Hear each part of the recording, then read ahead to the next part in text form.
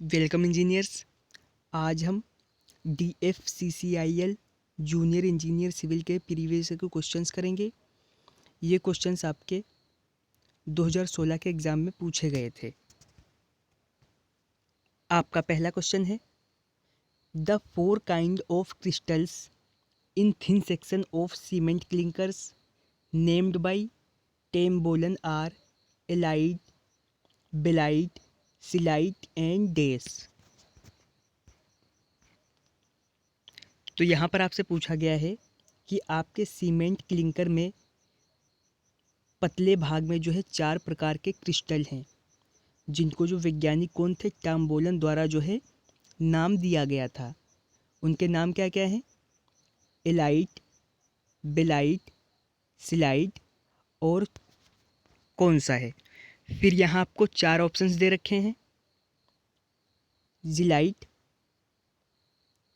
Elite, delight या फिर फेलाइट। तो आपका ऑप्शन नंबर डी जो है बिल्कुल राइट रहेगा। आपका चौथा जो ऑप्शन होगा वो कौन सा होगा? फेलाइट। अगला क्वेश्चन है, which of the following is not among the type of signal classified on the basis of their function. तो यहाँ पर आपसे पूछा गया है, इनमें कौन सा सिग्नल जो उसके फंक्शन के आधार पर जो है क्लासीफाई नहीं किया गया है। आपको ऑप्शंस दे रखे हैं, semaphore signals, shunting signals, advance starter signals, Warner signals. तो आपका ऑप्शन नंबर सी जो है बिल्कुल राइट रहेगा। एडवांस स्टार्टर सिग्नल जो है आपके वो क्लासीफाई नहीं है। नेक्स्ट क्वेश्चन है, as per specifications designed by the railway board for trunk routes on broad gauge track the design speed for new track is dash and the maximum speed permissible is dash. यहाँ पर आपसे पूछा गया है कि आपके specification के अनुसार जो आपके रेलवे बोर्ड द्वारा डिज़ाइन ट्रैक रोड के लिए ब्रॉड गेज मार्ग पर जो आपके न्यू ट्रैक के लिए डिज़ाइन स्पीड व मैक्सिमम परमिसिबल स्पीड पूछी गई है वो कितनी होगी। तो आपकी जो डिज़ाइन स्पीड है वो है 160 किलोमीटर आवर और आपकी परमिसिबल स्पीड जो है 120 kilometre hour. Option number A जो है आपका बिल्कुल राइट रहेगा। अगला क्वेश्चन है, which type of beam is supported only one at one inch by being build into a wall. तो यहाँ पर आपसे पूछा है, किस टाइप का बीम का जो है एक इंच आपकी वॉल में जो है सपोर्ट रहता है। ऑप्शंस दे रखे हैं, curvature beam, cantilever beam, overhanging beam या फिर सेंट्रॉइड बीम। तो आपका ऑप्शन नंबर बी जो बिल्कुल राइट रहेगा, ये है आपकी कैंटिलीवर बीम। अगला क्वेश्चन है, in the algebraic sum of moment of the force on either side of the section of a loaded beam. तो ये आपका बेंडिंग मोमेंट कहलाता है। ऑप्शन नंबर ए जो है आपका बिल्कुल राइट रहेगा। नेक्स्ट क्वेश्चन है, at constant temperature the fluid whose viscosity does not change with the rate of deformation is called. तो यहाँ पर आपसे पूछा गया है कि आपके कांस्टेंट टेम्परेचर पर वह फ्लो जिसकी विस्कोसिटी जो है शियर स्ट्रेस के रेट ऑफ डिफॉर्मेशन के साथ नहीं बदलती है वो कहलाता है real fluid, Newtonian fluid, ideal fluid या फिर नॉन न्यूटोनियन फ्लूइड। तो आपका ऑप्शन नंबर बी जो है बिल्कुल राइट रहेगा, न्यूटोनियन फ्लूइड। अगला क्वेश्चन है, which of the following factors affect as per capita demand of water.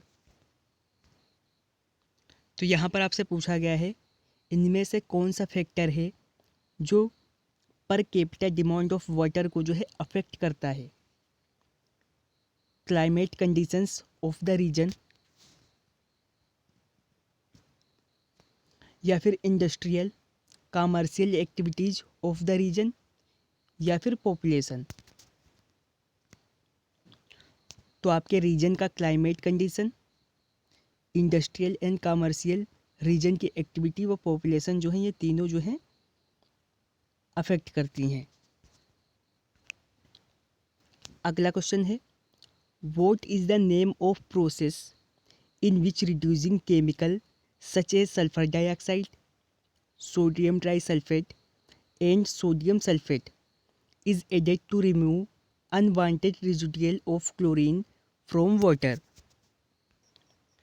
तो यहाँ पर आपसे पूछा गया है कि उस प्रोसेस का नाम बताइए जिसमें सल्फर डाइऑक्साइड, सोडियम ट्राइसल्फेट और सोडियम सल्फाइड ये आपके वाटर में जो रेजिडुअल क्लोरीन होती है उसकी मात्रा को कम करते हैं। आपको ऑप्शंस दे रखे हैं, तो आपका ऑप्शन नंबर सी जो बिल्कुल राइट होगा, डीक्लोरिनेशन। नेक्स्ट क्वेश्चन है dash is the crude impure iron which आप एक्सट्रैक्टेड फ्रॉम आयरन ओर्स। तो यहाँ पर आपसे पूछा है जो आपका कच्चा अशुद्ध लोह होता है जो लोह अयस्कों से प्राप्त होता है। किससे प्राप्त होता है? स्टील से, कास्ट आयरन से, पिग आयरन से, या फिर ब्रॉड आयरन से। तो ये हमें किससे प्राप्त होता है? ये होता है पिग आयरन से। ऑप्शन नंबर सी जो है आपका बिल्कुल राइट रहेगा। अगला क्वेश्चन है assume L is the load in newton and A is a cross sectional area, the stress denoted by is equal to.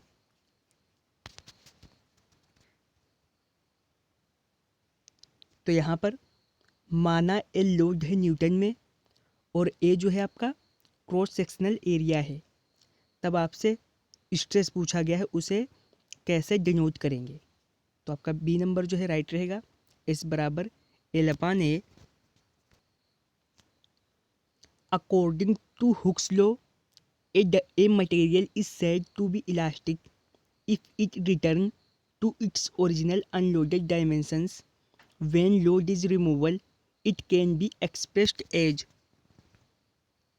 तो यहाँ पर आपसे पूछा गया है कि हुक्स नियम के अनुसार जो है किसी मटेरियल को जो है इलास्टिक कहा जाता है यदि उस पर लोड को हटा लेने पर वह जो है अपनी ओरिजिनल कंडीशन में आ जाती है। तो उसे कैसे एक्सप्रेस करते हैं?